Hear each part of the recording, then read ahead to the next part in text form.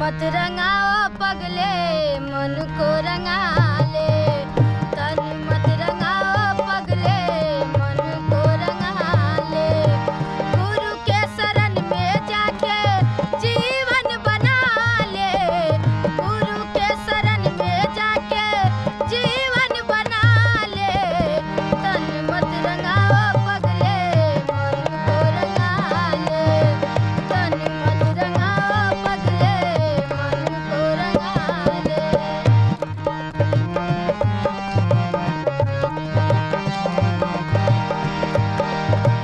जो भी कमाया वो सब साथ नहीं जाएगा, तेरा ही अपना तेरे काम नहीं आएगा।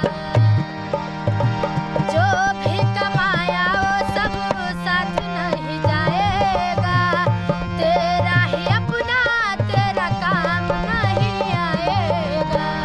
राम जी के सिमरन में ध्यान लगा ले, राम जी के सिमरन में ध्यान लगा ले। तन मत रंगाओ पगले मन को रंगा ले, तन मत रंगाओ पगले मन को रंगा ले।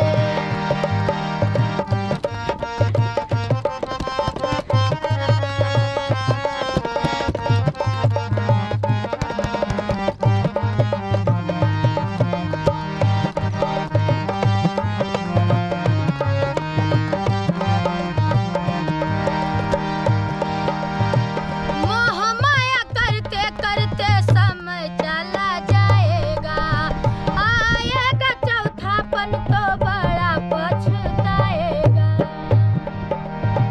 मोह माया करते करते समय चला जाएगा, आएगा चौथापन तो बड़ा पछताएगा।